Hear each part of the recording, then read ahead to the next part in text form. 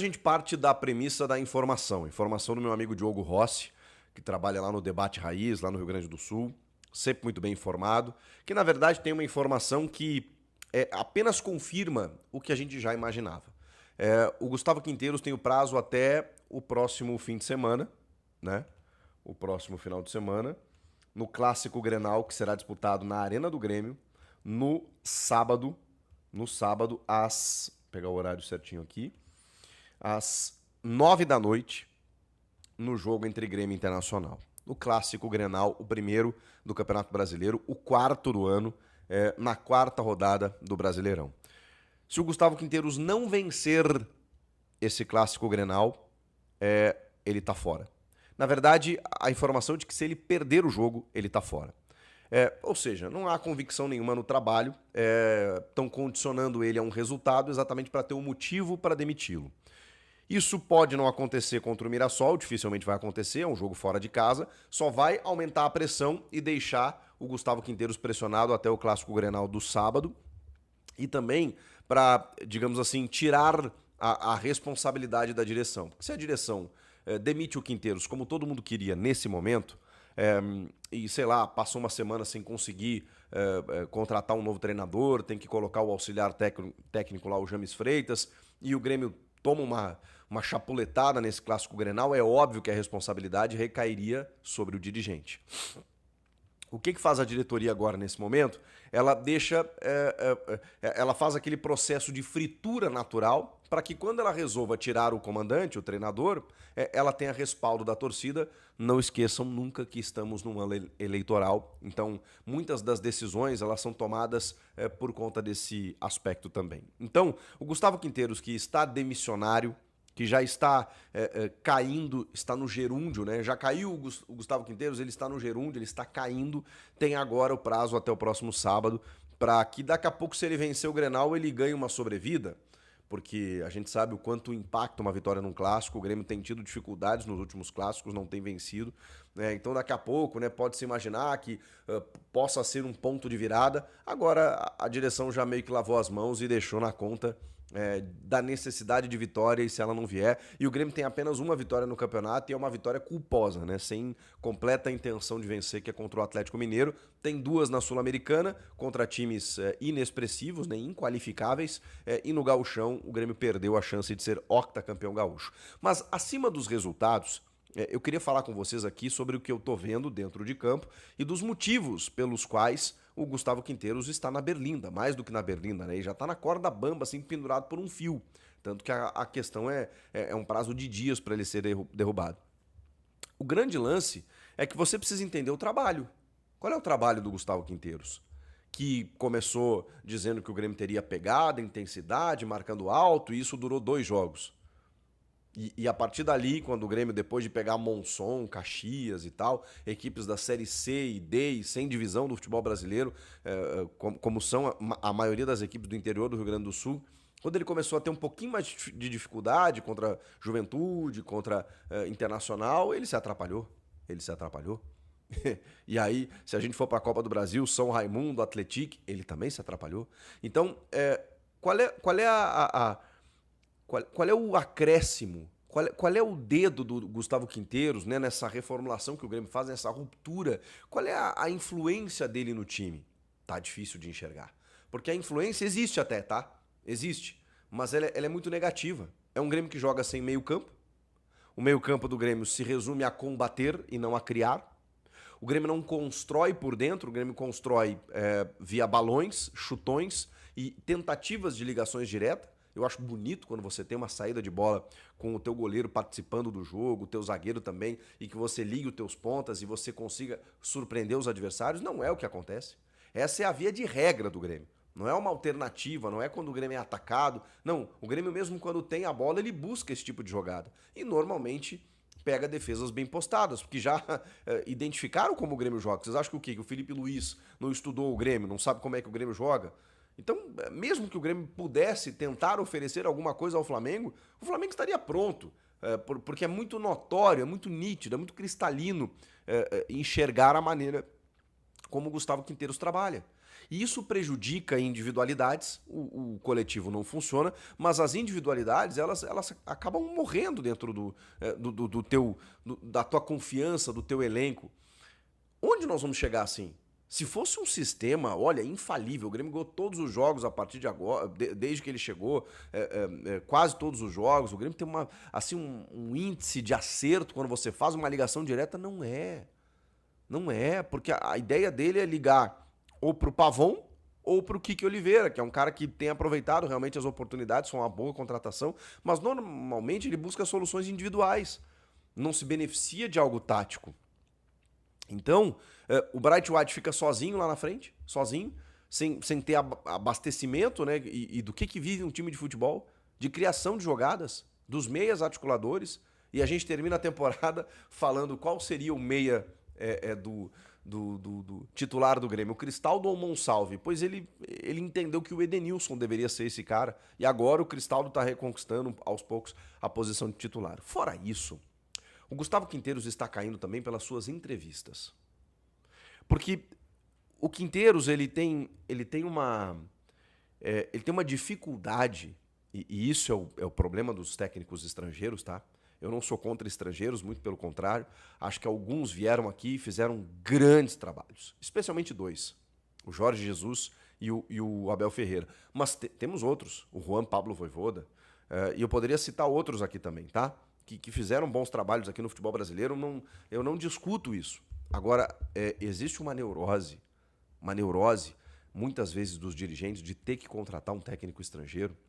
Olhem o Santos, que demitiu Caixinha, que negociava com o Grêmio. Santos, que negociava com o Quinteiros. Os dois meio que trocaram. Chegamos em abril e os dois pendurados. O Santos já demitiu o Caixinha. O Grêmio, download, né? Em relação ao Quinteiros. Porque nenhum deles deu certo. Porque não é sempre que vai dar certo. E olha, o Caixinha fez até um bom primeiro ano no Red Bull Bragantino, quando ele tinha um time até um pouco melhor. Depois do segundo, ele brigou para não cair. O tempo inteiro. E o Gustavo Quinteiros veio com a grife do campeão argentino. E eu acho que ele ainda pensa que está no Vélez Sarsfield, que é um time ok do continente, do futebol argentino, mas o Grêmio não é, em relação à gestão e ao time, o que já fora. Eu reconheço isso. Porque a gente tem aquela mania de dizer o Grêmio é muito grande, e o Grêmio é. O Grêmio é gigantesco. A história fala por si. Mas o Grêmio atual, ele fica atrás de outros grandes momentos, de outras grandes gestões do futebol brasileiro. E aí eu poderia citar o próprio Fortaleza. Poderia citar o próprio Botafogo, algumas equipes que viraram SAFs. O Grêmio ficou para trás em determinados aspectos e meio que não enxergou isso. Então eu reconheço isso, que não é apenas o Quinteiros que muitas vezes no discurso apequena o Grêmio. O Grêmio se apequenou nos últimos anos, pela sua mentalidade. Mas é isso que precisa mudar. E a mentalidade, ao mudar, ela não basta mudar o técnico. E é aí que eu quero chegar. Eu acho que a diretoria do Grêmio precisa entender essa mesma diretoria que trouxe Luizito Soares no primeiro ano de mandato. Onde está aquela diretoria? Onde está aquela visão? Eu sei, tem dois dirigentes que já não estão mais, o Paulo Calef e o Antônio Brum. Mas o presidente era o mesmo. O presidente se valeu apenas dos seus pares para comandar aquela negociação e não participou de nada? Eu vou tirar completamente o mérito dele disso?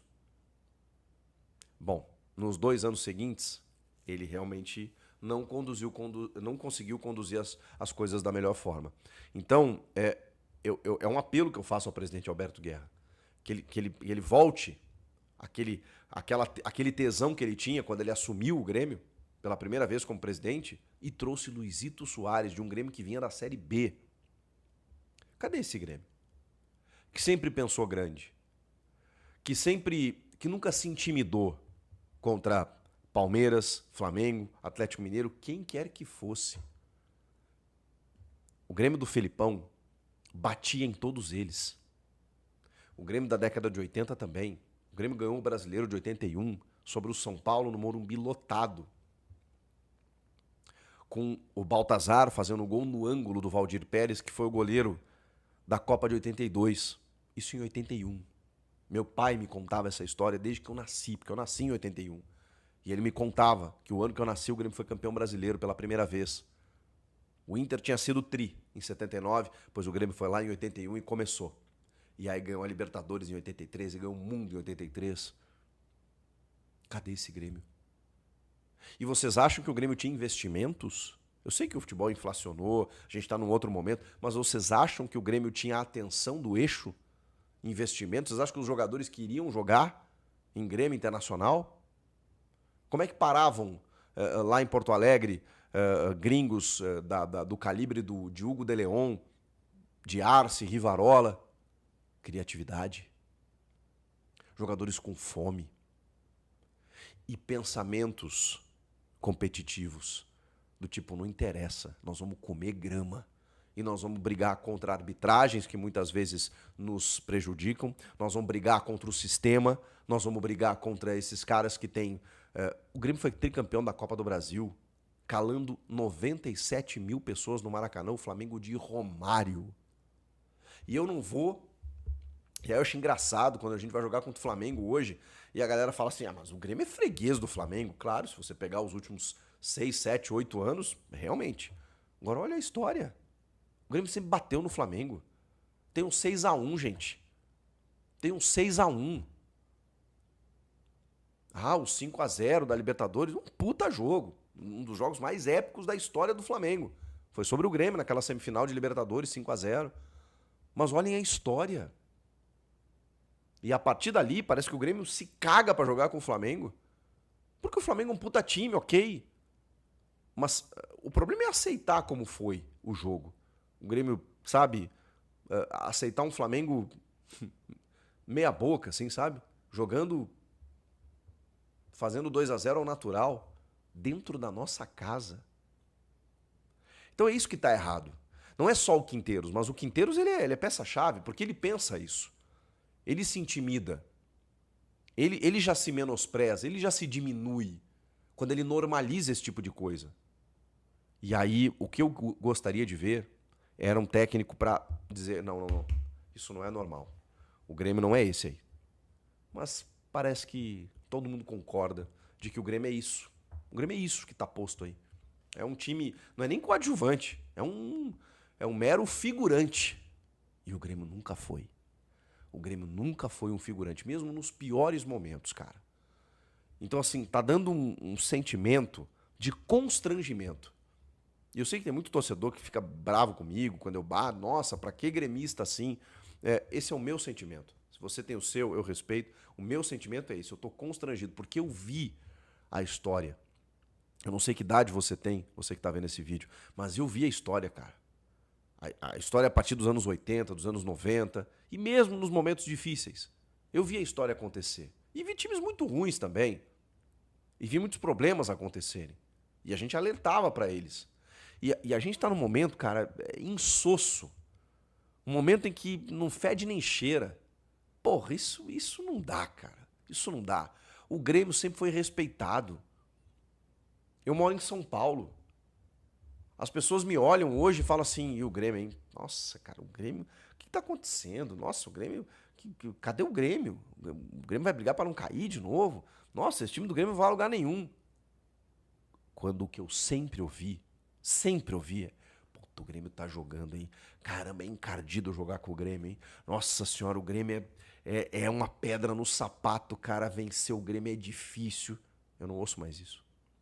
Porque bater no Grêmio, ganhar do Grêmio é mole hoje. Porra, cara. E aí isso começa na mentalidade desde cima. Quando o Grêmio tinha Soares, o time tinha muitas dificuldades, vocês vão lembrar. Mas aí trouxe um extra classe, ele carregou o time. Carregou o time. E dava gosto de ver. Você sabia que dali ia sair alguma coisa. Então se você não tem um coletivo, como não tinha naquele momento, você tinha um cara. No momento que sai o cara... E aí você perde o coletivo, você perde a mentalidade, você perde o treinador, que era escudo, e que tinha muitos problemas ano passado, realmente. e que teve muitos problemas, e o ano teve muitos problemas, então realmente a gente teve um ano atípico. E aí o Grêmio opta por uma ruptura, só que é preciso entender que a ruptura não deu certo. Ou melhor, não com esse treinador. Pode ser que dê certo com o outro. E não basta fazer a ruptura apenas com o técnico. Tem que fazer com a diretoria também. Porque o Alexandre Rossato, que eu não conheço, vice de futebol, diretor de futebol, não sei ao certo, chegou a dizer que o trabalho está bom, nós estamos acompanhando o trabalho está bom. Eu tenho uma coisa para dizer. Não adianta eu ir no restaurante, comer uma comida ruim, e o chefe chegar para mim e dizer assim, olha, seu Francisco, mas assim, durante o preparo foi tudo feito de uma maneira impecável. Nós acompanhamos aqui os nossos cozinheiros, eles realmente fizeram o prato da melhor forma possível. Sim, mas a comida está ruim. Eu não vi o prato sendo preparado. Eu comi a comida e ela está uma merda. O que me adianta você fazer toda a preparação lá que eu não estou vendo? Eu não estou vendo que ingredientes você usou, mas você está me garantindo aqui que está tudo bonitinho. Aí eu boto na boca e está uma bosta. Adianta alguma coisa? Não, pois é. Então eu quero dizer ao Alexandre Rossato que não adianta os treinamentos estarem maravilhosos, que o trabalho está impecável, que o dia a dia é fantástico, que o relacionamento com os jogadores, que isso é uma puta balela, né? Porque a gente já tem informações de bastidores de que há descontentamento, e é óbvio que nas entrevistas nenhum jogador vai bater no treinador, vai dizer, não, realmente, olha, o dia a dia tá complicado, o ambiente tá péssimo. Nenhum jogador vai falar isso, com medo de represália. Ninguém vai falar. E outra, é o emprego do cara. Ele vai dizer, nós estamos fechados com o técnico. Se eles contratarem uma bananeira para ser o nosso técnico, a gente vai corresponder à bananeira. Não tem o que fazer. Para o jogador não tem o que fazer, ele é funcionário do clube. Agora, o que me adianta é ver o que eu estou vendo no jogo, no campo. O que eu estou vendo na partida. E isso tá uma merda. Tá uma merda. Tá uma paçoca. Tá horrível. Então não me adianta o entorno, o bastidor que a gente não acompanha. Tá lindo, maravilhoso, estamos acompanhando o trabalho existe evolução. Não, cara pálida, no jogo não existe evolução. E isso é o mais importante. É por essas e outras que o Gustavo Quinteiros já deveria ter sido demitido, mas ainda não foi. Porque tem mais uma cereja do bolo. A multa rescisória é de 2 milhões de dólares. Então o Grêmio vai arcar com esse prejuízo ou hoje, ou amanhã, ou depois de sábado, ou se ele persistir ali na frente,